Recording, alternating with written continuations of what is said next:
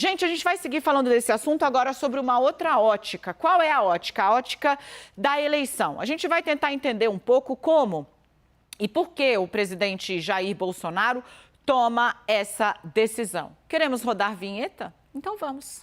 Não? Então tá, então vamos direto, maravilhosos.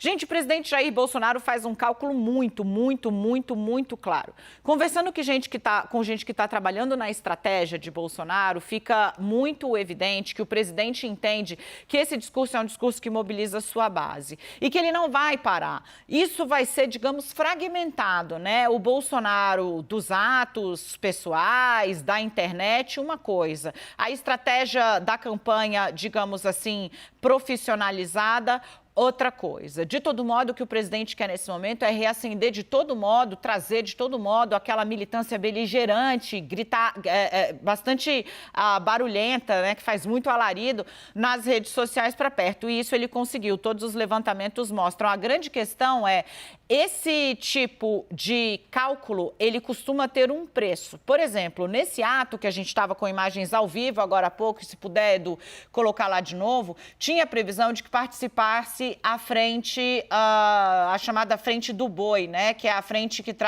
a frente parlamentar que trata do agro. Eles não foram, eles não apoiaram em massa e nem oficialmente. Por quê? Porque isso que está acontecendo aqui no Brasil tem um nome mundialmente conhecido. Quando você passa a desrespeitar decisões da Suprema Corte, você sinaliza para o mundo que você entrou num estado de insegurança jurídica, o que faz com que os investidores simplesmente decidam tirar seus recursos, seus investimentos e o dinheiro deles do Brasil e de empresas brasileiras. O agro sabe que se começar a ter muita balbúrdia, para usar um termo da moda aqui, ele vai perder dinheiro. Isso começa a cobrar um preço de Bolsonaro e de Arthur Lira. Hoje a oposição reagiu. A presidente do PT, de maneira muito clara, disse o seguinte: é preciso frear a disfarçatez de Bolsonaro e Daniel Silveira sob a pena de a democracia ser corroída por dentro. O mínimo que a Câmara devia fazer seria cassar o mandato do deputado. É obrigação moral, disse Gleisi Hoffmann. Eu quero trazer para cá de novo o Yuri Pita, a Renata Agostini e o Leandro Rezende, e começando com o Yuri Pita, porque o Yuri foi falar com o pessoal da frente parlamentar do boi, né? A frente que defende o agro, a FPA. E por quê, Yuri? Por que a FPA decidiu subir no muro e falar, olha, pode ser que essa água aí esteja fria demais para eu colocar o meu pezinho? O que aconteceu? O que o presidente da Frente Parlamentar Agropecuária, Sérgio Souza, do MDB do Paraná, explicou, Dani, é que a frente tem uma atuação institucional. Isso é a posição oficial e, por isso, a frente não assinou o pedido de convocação desse ato no Palácio do Planalto, que foi assinado por Sóstenes Cavalcante, da bancada evangélica, e pelo capitão Augusto, da bancada da Segurança Pública, mas não por Sérgio Souza, embora o nome dele tenha circulado. Essa é a posição que ele coloca oficialmente. O que a gente apura com outros integrantes da bancada? E o próprio Sérgio Souza deixou muito claro que, olha, o fato da frente parlamentar não assinar, não participar institucionalmente, não é nenhum impeditivo para que integrantes da bancada participem deste ato no Planalto e muito provavelmente vai haver sim deputados, deputadas, senadores e senadoras da bancada lá. A grande questão é que o agronegócio tem um papel institucional muito forte, passa governo, entra governo, continuam mantendo pautas importantes com o Executivo, pautas importantes com o Judiciário e com o Supremo, por isso não gostam desse confronto institucional e ideológico. E, de novo, o que a gente até, acho que eu não lembro se foi na segunda ou na terça, mencionei aqui e ouvi isso de novo de outros integrantes dessa bancada. A bancada evangélica não tem uma preocupação em acesso a mercados internacionais por meio da sua ideologia, por meio da sua crença religiosa. A bancada da Segurança Pública, igualmente, ninguém exporta armamentos nem bala do Brasil, mas o agronegócio tem muito interesse institucional, principalmente em imagem para o exterior, e esse tipo de confronto mais ideológico e menos pragmático não interessa nem um pouco para a bancada que faz valer os interesses de um dos setores mais importantes da economia do país. Renata tem a visão de quem está lá, né, Renata? Você conversou com o Sóstenes Cavalcante, por exemplo, e traz um pouco do que é que eles estão pretendendo com esse ato no meio dessa situação bizarra, eu diria inédita. Gente, ninguém, nem Gedel Vieira Lima, que é aquele das malas cheias de dinheiro, ninguém teve coragem de fazer com as instituições e com a lei do Brasil o que esse deputado está fazendo. Rê? Pois é, o que diz então o presidente aí, gente, da bancada evangélica, né, da frente parlamentar evangélica, Sóstenes Cavalcante? O objetivo é passar um recado para o judiciário, mas eu vou além, gente, entendo que é um recado também para o próprio Congresso, para a cúpula do Congresso. E por quê? Olha o que me disse Sóstenes Cavalcante mais cedo. Vou citar aqui exatamente o que ele falou. Os presidentes da casa, citando o legislativo, né, estão um pouco tímidos por circunstâncias várias. Estão fazendo outro tipo de movimento, mais de bombeiros. Então, os parlamentares que sentem que têm autonomia irão falar em nome da liberdade de expressão. E aí ele foi me explicando um pouco como é que surgiu a ideia desse evento. Ele conversou com o presidente Jair Bolsonaro no final de semana por telefone. Já havia conversado com os presidentes das outras frentes, segundo ele, tratando com o Bolsonaro do que todo mundo ali da base aliada tinha pensado como forma de reagir ao Supremo Tribunal Federal e dar suporte a essa causa levantada por Bolsonaro de defesa de Daniel Silveira. E ele propôs, então, esse ato que acontece hoje. E segundo ele, Bolsonaro, de pronto, disse que entendia que ia ser ótimo, abraçou a ideia de fazer no Palácio do Planalto. Sóstenes diz que tem uma simbologia a mais fazer no Palácio do Planalto. Eles entendem que não estava encontrando espaço na Câmara, no Congresso como um todo, mas que ir até o Palácio do Planalto mostra esse alinhamento, essa sintonia, dá um recado maior. Por isso que eu disse que, assim, quando ele diz o recado é ao judiciário, né? Um recado em defesa da liberdade de expressão, porque ele disse que eles não queriam personalizar, apesar de Daniel Silveira estar lá, né? E acaba chamando tanto essa atenção.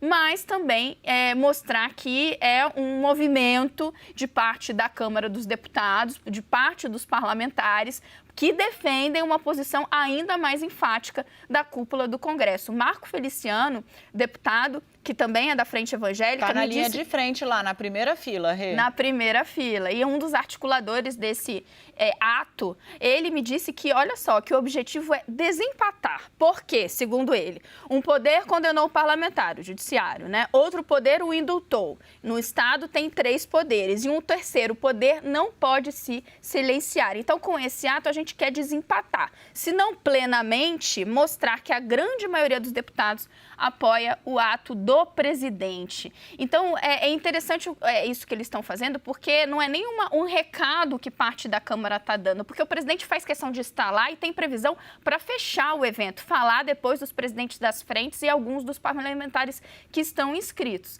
E, por último, Dani, para arrematar, eu achei muito interessante na conversa, de novo, com o líder da bancada evangélica, com Sóstenes, que ele disse que, olha, tem aí um movimento específico nosso, né, para dar suporte ao ato do presidente, mas os deputados estão enxergando que tem um nicho eleitoral a ser explorado, que vai ser algo que eles vão poder usar nessa eleição e que, por isso, faz sentido, é bem-vindo estar num evento como esse. Duas coisas, né? Tem a retórica de Feliciano, senão a grande maioria não tem, a grande maioria do Congresso não está lá. E aí tem duas coisas que eu faço questão de separar aqui, até para que os apoiadores do presidente Bolsonaro consigam entender até onde vale a pena se irmanar nessa estratégia de deboche desenfreado de Daniel Silveira, porque uma coisa é o que o presidente fez com relação à decisão. O presidente tem o direito de dar um indulto. Outra coisa é o presidente acobertar ou se alinhar a coisas que não estão cobertas pelo indulto, como o fato do deputado ter decidido não usar tornozeleira. Leandro, eu quero te ouvir também. Eu sou filha de mãe evangélica, neta de evangélicos, a minha família é presbiteriana, eu cresci na igreja, eu fico tentando entender muito como se criou essa associação entre os evangélicos e um deputado cujo comportamento é marcado pela pregação da violência. Ainda que ele diga que ele só fala, né, não podem me penalizar porque eu só imaginei. Pô, como é que alguém que, né, lê a Bíblia, conhece, e os evangélicos, né, o segmento como um todo, notadamente, dá atenção ao Novo Testamento, né, no qual vem ali essa grande questão de Jesus vem aqui para passar uma régua, né, e deixar as coisas em panos limpos, pregando: amar amai-vos uns aos outros como eu vos amei. De onde esse grupo tem uma conexão com o cara que fala que queria dar uma surra com um gato morto até que esse gato voltasse a miar no ministro Luiz Edson Fachin e queria também que a população fosse lá, pegasse Alexandre de Moraes e o jogasse na lata do lixo? Onde essas duas ideias, uma que fala do amor e a outra que só prega e só cresce falando de violência, se conectam? E um deputado que se torna célebre porque quebra uma placa com o nome de uma parlamentar, de uma vereadora do Rio de Janeiro assassinada com um tiro na 9 cabeça. tiros na cabeça, né? Então, assim, ele se cria a partir dessa cena, ele leva essa placa quebrada para um comício de Wilson Witzel, junto com um deputado estadual, que se tornou o deputado estadual mais votado do Rio, Rodrigo Amorim, e aí começa a sua carreira política pautada sempre nesse discurso de defesa da violência, de fato. Dani, o Yuri conversou com a bancada do Boi, a Renata com a bancada da Bíblia, eu falei com a bancada da Bala, porque o deputado capitão Augusto, ele é das fileiras da Polícia Militar, né? Alguém que é da segurança pública, tal qual Daniel Silveira, e aí conversei hoje com ele sobre isso. Ele está descumprindo medidas judiciais, mas o capitão Augusto é um deputado aliado do presidente Jair Bolsonaro, é vice-presidente do PL, e o que ele me disse sobre esse evento de hoje é de que a ideia não era colocar mais lenha na fogueira nessa briga com o Supremo Tribunal Federal,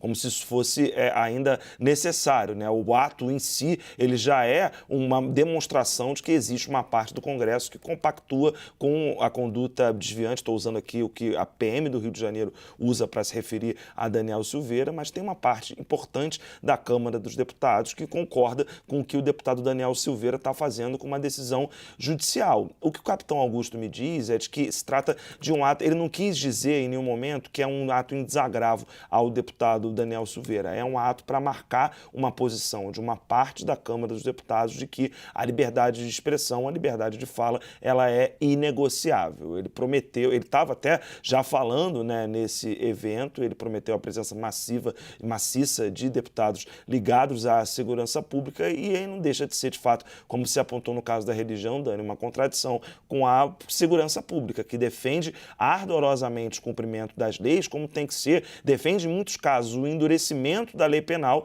mas nesse caso está respaldando alguém que está ignorando uma decisão, várias decisões judiciais, como se fosse um cidadão de outra classe com relação ao restante dos brasileiros. Dani. A bancada da Bala devia pensar na força do exemplo, né? Tenta na rua, o policial diz que você está em atitude suspeita, te manda parar e você sai correndo e vê o que acontece. É mentira, não tente. Ainda mais se você for pobre, morar em área de periferia ou for negro ou negra, porque aí nesses casos a chance de você levar um tiro e não de ter a sua liberdade de expressão ou de ir e vir, né, atacada é muito grande. Obrigada, Leandro, obrigada, Renata, eu já volto com vocês.